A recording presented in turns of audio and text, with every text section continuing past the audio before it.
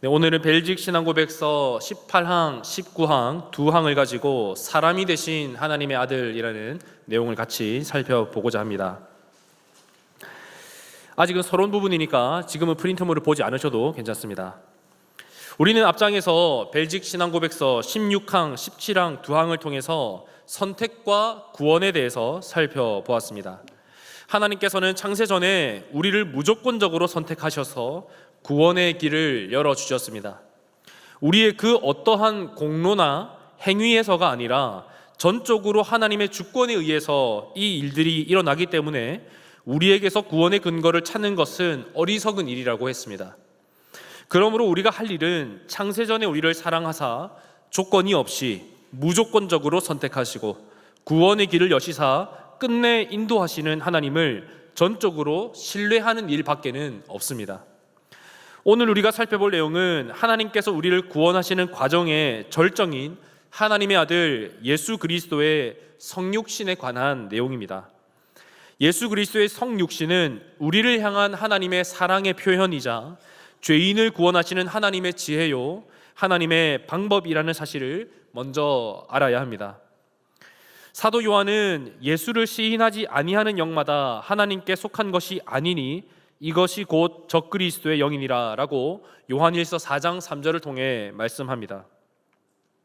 그만큼 하나님의 아들 예수 그리스도의 사람 되심을 믿는 것은 교회와 신자의 믿음을 근간을 이루는 핵심적인 교리라고 할 수 있습니다. 그 누구도 예수님의 성육신을 믿지 않고서 구원을 말할 수 없고 그리스도의 성육신을 인정하지 않고서는 신앙생활을 논할 수가 없습니다. 오늘 하나님의 아들의 사람 되심에 대해서 살펴볼 때 구원의 확신으로 든든히 서가는 저와 여러분 되시기를 주님의 이름으로 축원합니다. 네, 이제 프린트물을 볼 텐데요. 첫 번째로 우리가 살펴볼 것은 예수님께서는 죄인을 구원하시려고 여자와 율법 아래에 나게 나셨다라는 사실입니다. 빈칸이죠. 예수님께서는 죄인을 구원하시려고 여자와 율법 아래에 나셨습니다.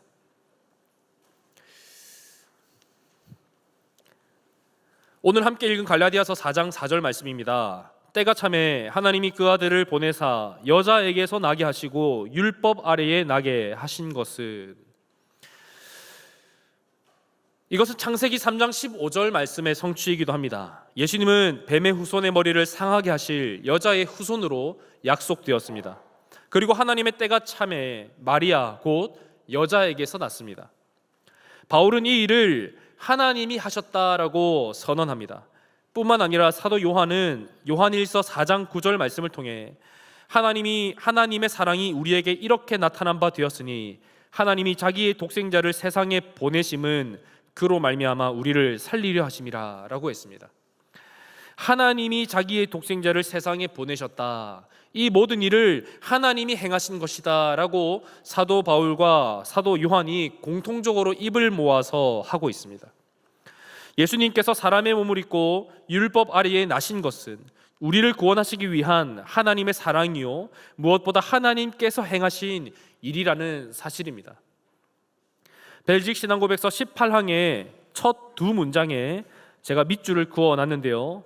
조금 길지만 두 줄, 같은 모양으로 태어나셨음을 고백합니다까지 우리 같이 한번 읽어보겠습니다. 같이 읽겠습니다.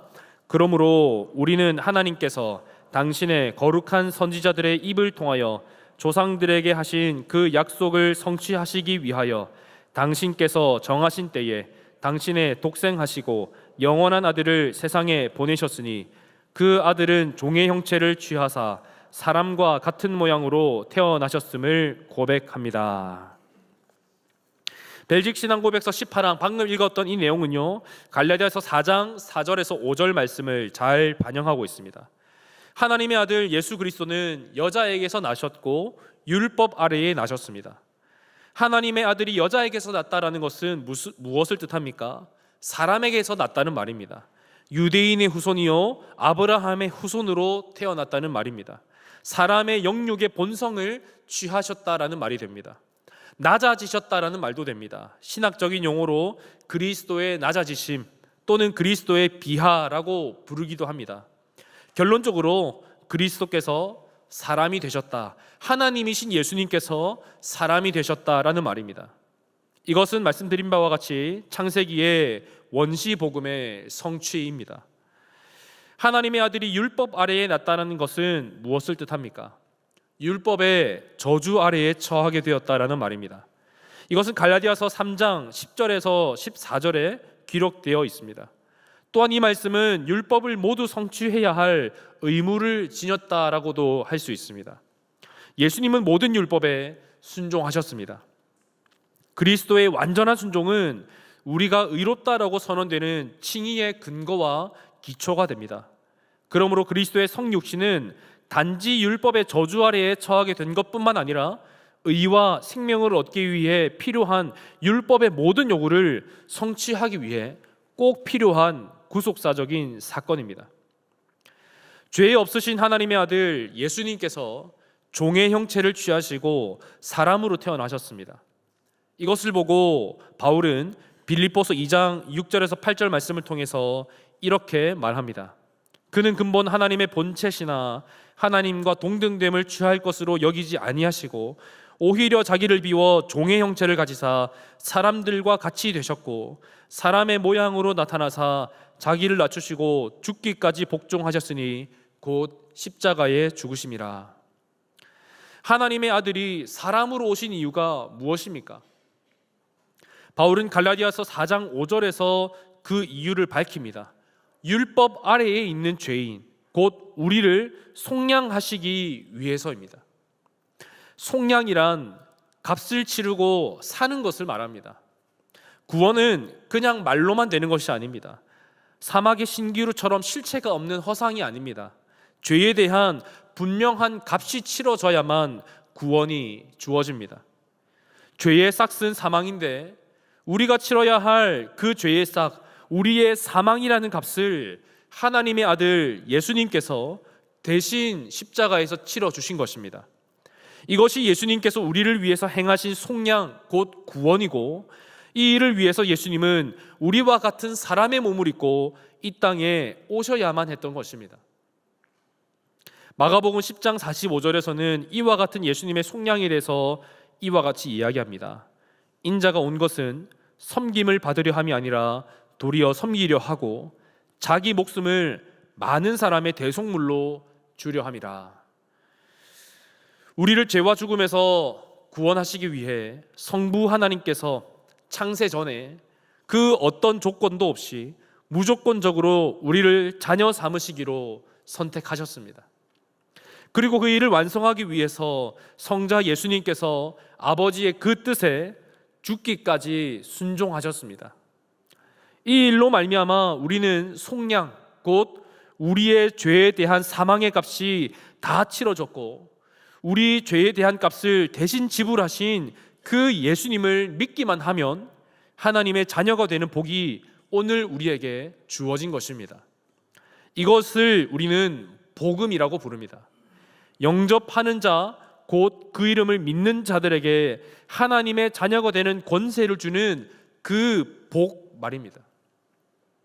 이 복음을 우리 마음 깊이 새길 때 매주 반복되는 예배 가운데 생기를 회복하시고 날마다 같은 일상의 반복 가운데서 다시 힘차게 달려갈 그 원동력을 이 복음 안에서 얻으시는 저와 여러분 되시기를 바랍니다. 두 번째로 우리가 살펴볼 것은요, 두 번째 괄호입니다. 2번입니다. 예수님의 구속 사역을 죄인에게 적용하기 위해 성령 하나님이 역사하신다는 것입니다. 예수님의 구원을 우리 죄인들에게 적용하기 위해 성령 하나님이 역사하십니다. 본문 갈라디아서 4장 6절 말씀, 4장 6절 말씀 우리 같이 읽어 보겠습니다. 시작. 너희가 아들임으로 하나님이 그 아들의 영을 우리 마음 가운데 보내사 아빠 아버지라 부르게 하셨느니라. 아멘. 벨직 신앙고백서 18항의 두 번째 밑줄 친 부분을 보면 참된 사람의 본성은 취하셨으되 죄는 없으십니다. 왜냐하면 그분은 사람의 행위에 의한 것이 아닌 성령의 능력으로 말미암아 복된 동정녀 마리아의 모태에서 잉태되셨기 때문입니다 라고 합니다. 예수님께서 죄인인 사람의 몸으로 태어나셨음에도 불구하고 죄가 없으신 이유는 성령의 능력으로 말미암아 잉태되었기 때문이라고 이 벨직 신앙고백서는 이야기합니다. 성령님은 마리아의 태에서 예수님의 몸과 인성을 준비하셨습니다. 그래서 예수님과 같이 보통의 사람과 같이 여자의 몸에서 태어났음에도 불구하고 죄로 오염되지 않도록 성령님께서 섭리하셨습니다. 이 과정은 신비입니다. 어떻게 그렇게 되었는지 우리는 정확히 다 알 수 없습니다. 성령의 잉태는 우리 인간의 지성의 범주로는 이해할 수 없는 신비의 영역에 가리워져 있습니다. 그러나 성경은 그 신비로운 과정 가운데 태어나신 예수님의 죄 없음을 분명히 말하고 있습니다. 히브리서 4장 15절 말씀 제가 읽어드리겠습니다. 우리에게 있는 대제사장 그는 우리의 연약함을 동정하지 못하실 이가 아니오 모든 일에 우리와 똑같이 시험을 받으시니로되 죄는 없으시니라. 성경은요, 성육신 하신 예수님에게 죄가 없다라고 이야기합니다. 성령 하나님은 예수님께서 사람의 몸으로 태어나시되 죄로 오염되지 않도록 역사하셨을 뿐만 아니라 우리 안에 오셔서 하나님을 아버지로, 예수님을 우리의 삶의 구주로 고백하게 하십니다. 고린도전서 12장 3절입니다. 성령으로 아니하고는 누구든지 예수를 주시라 할 수 없느니라. 믿는 자와 믿지 않는 자의 가장 큰 차이점이 바로 이것입니다. 믿는 자는 하나님을 아버지라고 부르지만 믿지 않는 자는 결코 하나님을 아버지라고 부르지 않습니다. 아니, 부를 수가 없습니다. 왜냐하면 양자의 영, 곧 성령님께서 그들 안에 계시지가 않기 때문입니다. 우리는 매주일 예배 드릴 때마다 사도신경을 통해서 나는 전능하신 아버지 하나님, 천지의 창조주를 믿습니다 라고 고백합니다. 또한 주기도문을 할 때도 하늘에 계신 우리 아버지여라고 하나님을 아버지라고 그렇게 고백합니다. 그러므로 예수님의 성육신은 단지 성육신과 십자가와 부활로 끝나는 것이 아닙니다. 그 놀라운 속량, 곧 구원의 성취, 그것을 죄인인 우리 각자에게 적용하시는 성령, 하나님의 능력과 권세를 전제로 하고 있습니다. 창세전에 하나님과 함께 계셨던 성령 하나님, 예수님의 잉태되는 순간부터 십자가에 죽는 순간까지 함께 하셨던 그 성령 하나님이 오늘 우리 안에도 계신 동일한 성령 하나님이심을 믿으시기 바랍니다. 예수님께서 이루신 과거의 그 오래전의 구원 사역의 능력과 효력을 오늘 우리의 매일의 삶에 적용시키시는 분이 바로 성령 하나님이십니다. 마리아의 태에서 예수님의 죄 없는 몸을 준비하셨던 그 성령 하나님께서 이제 선한 것 하나도 없는 우리 안에서 영적인 새 생명을 재창조하고 계십니다. 죄를 만들어내는 공장과도 같은 우리 안에서 예수님을 닮아가고자 하는 그 선한 마음과 또 새 생명을 재창조하십니다. 눈곱만큼이나마 예수님을 닮은 모습으로 날마다 조금씩 변화시켜 가십니다. 예수님의 성육신 사건은 우리를 새롭게 하시는 신앙의 기초와도 같습니다. 성부 하나님께서는 독생자 예수 그리스도를 우리에게 보내시기로 태초에 작정하셨습니다. 하나님의 아들 예수님께서는 아버지의 뜻에 죽기까지 순종하심으로 우리가 치러야 할 죄의 값을 대신 지불하셨습니다.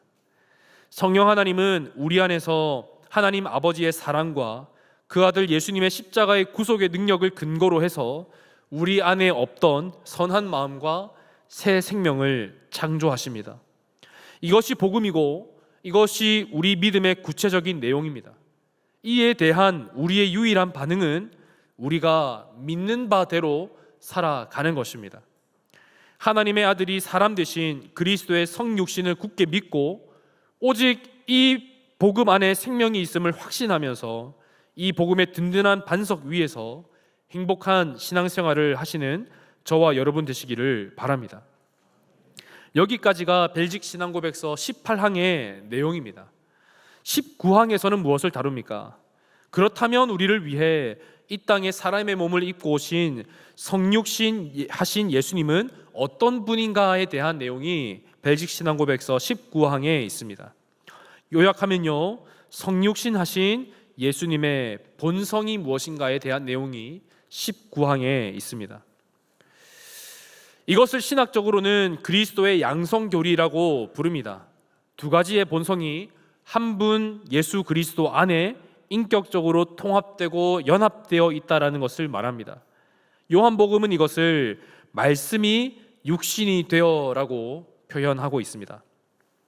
그래서 오늘 마지막 세 번째로 살펴볼 것은 빈칸 마지막입니다.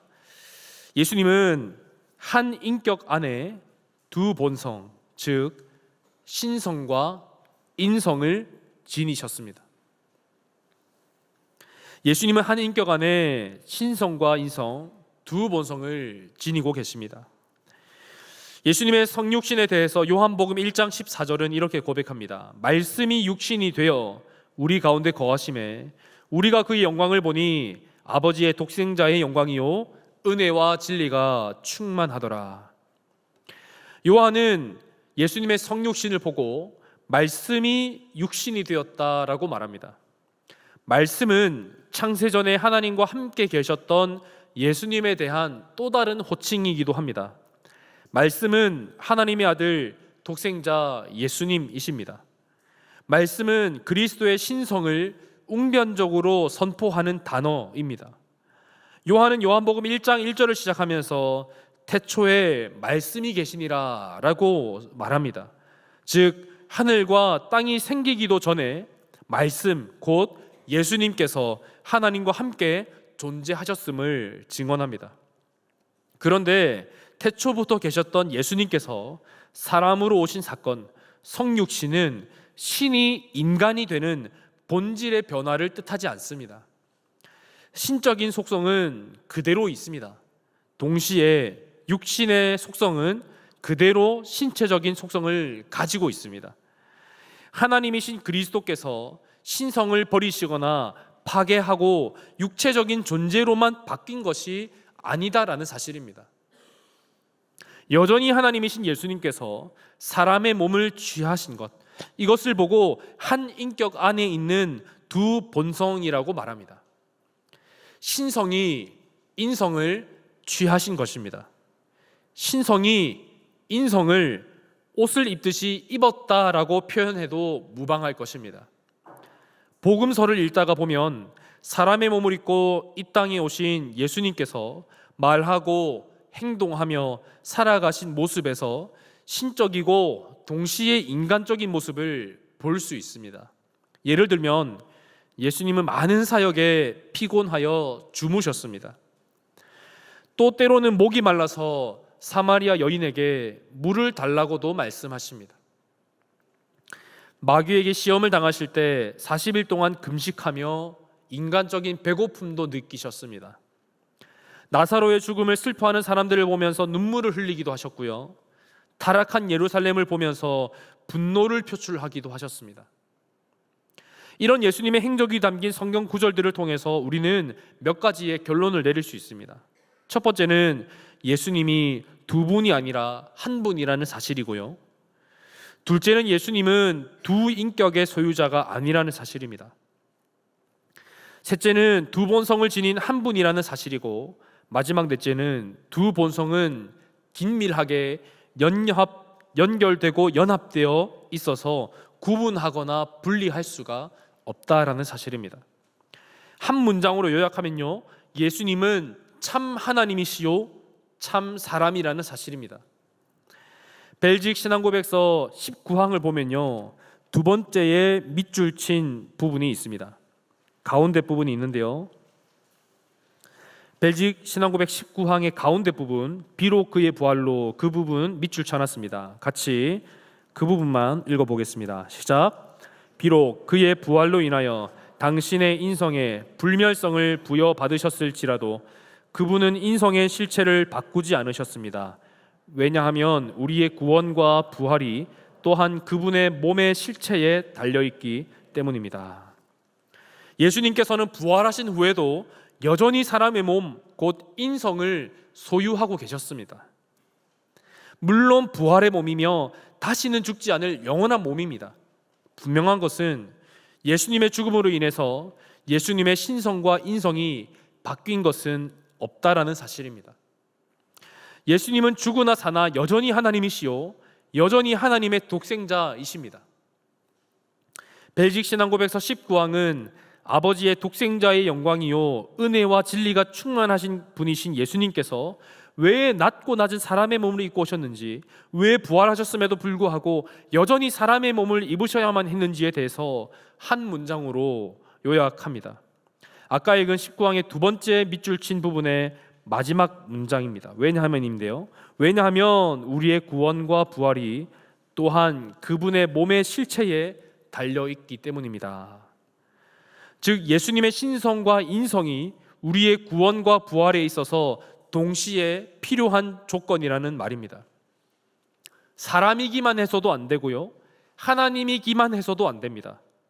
하나만으로는 안 되고 하나님이면서 동시에 사람이어야만 우리를 구원할 수 있다라는 사실입니다. 이에 대해서 히브리서 2장 17절에서 18절 말씀은 이렇게 고백합니다. 그러므로 그가 범사에 형제들과 같이 되심이 마땅하도다. 이는 하나님의 일에 자비하고 신실한 대제사장이 되어 백성의 죄를 속량하려 하심이라. 그가 시험을 받아 고난을 당하셨은즉 시험 받는 자들을 능히 도우실 수 있느니라. 아멘. 하나님이면서 동시에 사람이신 분, 즉 신성과 인성이 동시에 있는 예수님만이 우리의 유일한 구원의 조건이라는 말입니다. 어떻게 그것이 우리의 구원과 부활의 조건이 됩니까? 앞장에서 이미 살펴보았듯이 우리는 죄로 말미암아 임하는 저주와 진노로 죽어야만 했습니다. 그것이 하나님 앞에서 치러야 할 죄의 값, 사망이기 때문입니다. 인간의 죄를 짊어지기 위해서는 사람이어야 합니다. 죄의 싹신 사망의 값을 지불하여서 율법의 요구를 이루어야 했기 때문입니다. 동시에 그리스도는 한두 사람의 죄뿐 아니라 하나님의 엄청난 진노를 초래하는 온 인류의 죄를 짊어져야 했기에 사람이 아닌 참 하나님이셔야 했습니다. 뿐만 아니라 죄 가운데 죽으시고 사흘 만에 부활하사 사망과 저주와 심판을 정복하셔야 했기 때문에 예수님은 인성, 즉 사람의 몸을 취하신 뒤에도 여전히 하나님이셔야만 했던 것입니다. 그래서 벨직 신앙고백서 19항의 마지막 두 문장은 이렇게 말합니다. 그러므로 위와 같은 이유에서 우리는 그가 참된 하나님이시며 동시에 참된 사람이심을 고백합니다. 곧 참된 하나님으로서 그분은 당신의 능력으로 사망을 정복하셨으며 참된 사람으로서 그분은 당신의 육체의 연약함에 따라 우리를 위하여 죽으셨습니다. 예수님은 죄인된 우리를 위해 사람으로서 죽으셨고 우리를 살리시기 위해 하나님으로서 부활의 첫 열매로 다시 살아나셨습니다. 구원을 얻기 위해서 우리가 할 수 있는 유일한 일은 우리가 치러야 할 죄의 값, 사망을 예수님께서 대신 십자가 위에 자신의 생명으로 지불하셨다라는 사실을 믿는 것밖에 없습니다. 그런데 이 믿음조차도 우리의 머리로 다 이해가 되어서 내가 믿어야겠다라는 그 의지를 가지고 내 의지로 믿는 것이 아닙니다. 로마서 2장 8절은요, 믿음은 하나님께서 주시는 선물이라고 말합니다. 구원을 받는 데 있어서 우리가 하나님 앞에서 인정받을 만한 그 어떤 선한 것도 우리에게는 없습니다. 단지 우리를 대신하여 십자가에 피 흘리신 예수님을 믿은 것 밖에는 우리가 한 일이 없습니다. 그런데 그 믿음조차도 하나님의 선물로 주어진 것이죠. 그러니까 예수님을 믿는다는 이유 하나만으로 하나님께서는 예수님께서 이루신 완전한 의를 우리의 의로 인정해 주시는 것입니다. 이런 방식으로 하나님 아버지는 불의한 죄인들을 부르시고 의롭다 하시고 구원하시는 것입니다. 이것을 신학적으로 칭의라고 부릅니다. 그런데 이것이 하나님께서 우리를 보시는 입장에서 칭의라고 하고, 우리의 입장에서 우리를 의롭다 하시는 하나님을 바라볼 때는 이것을 복음이라고 말합니다. 하나님이 우리를 의롭다고 인정해 주시는 것은 칭의이고요, 우리를 의롭다고 인정해 주시는 하나님을 바라보는 것은 복음입니다. 엄청난 값을 치러야만 석방될 수 있는 흉악한 죄수에게 누군가 대신 그 값을 지불했습니다. 이로 말미암아 판사가 법원에서 그 죄수에 대하여 석방 선고를 내렸을 때에 그 석방 선고가 죄수의 입장에서는 복된 소식이 되는 것과 마찬가지입니다. 1만 달란트 빚진 자 비유에서처럼 우리의 죄는 너무 커서 우리의 능력, 우리의 가진 것, 우리의 선한 행동으로는 결코 다 갚을 수가 없습니다. 누군가 대신 갚아주지 않는다면 우리는 지옥에 갈 수밖에 없는 자들이었습니다. 그러나 하나님의 아들이신 예수님께서 낮고 낮은 우리가 가운데 사람의 모습으로 오셔서 우리가 갚아야 할 그 1만 달란트와 같은 엄청난 죄의 값을 다 지불하셨습니다. 하나님의 아들의 생명으로 온 인류의 죄의 값을 한 번에 지불하셨습니다. 그로 말미암아 우리의 모든 죄의 값은 다 치러졌고 우리는 죄로부터 자유하게 되었습니다. 죄로 말미암아 조금의 소망도 없던 자들에게 영원한 생명, 천국의 삶이 주어졌으니 얼마나 복된 소식입니까? 그래서 우리는 이것을 복음이라고 말합니다. 참 하나님이면서 동시에 참 사람이 되셔서 우리를 구원하신 예수님을 통해서 오늘 우리가 얻는 유익이 무엇입니까? 히브리서 2장 18절의 말씀과 같이 우리를 대신하여 고난받으신 예수님께서 오늘 세상 가운데 이리저리 흔들리는 우리를 도와주시고 붙들어 주신다라는 사실입니다. 하나님 나라에 들어가는 그날까지, 세상이 끝나는 날까지 우리와 영원토록 함께 하시며 도와주신다는 사실입니다. 그래서 벨직 신앙고백서 18항의 제일 마지막 문장은 이렇게 고백합니다. 이와 같이 그분은 진실로 우리의 임마누엘 곧 하나님이 우리와 함께 계심이십니다. 하나님 아버지께서 우리를 구원하시기로 태초부터 작정하시고 독생자 예수님께서 사람의 몸을 입고 이 땅에 오사 죽기까지 아버지께 순종하심으로 우리의 죄의 값을 대신 지불하셨습니다. 성령 하나님께서 세상 끝날까지 우리와 함께 하시고 비틀거릴 때마다 우리를 붙잡아 주시고 하나님 나라에 들어가도록 인도하시고 도와주실 것입니다. 이 복음에 사로잡힌 복음의 사람들이 다 되셔서 때를 얻든지 못 얻든지 복음 전하며 복음이 아니면 설명할 수 없는 복음의 사람, 예수님의 제자로 세워지는 저와 여러분 되시기를 주님의 이름으로 축원합니다.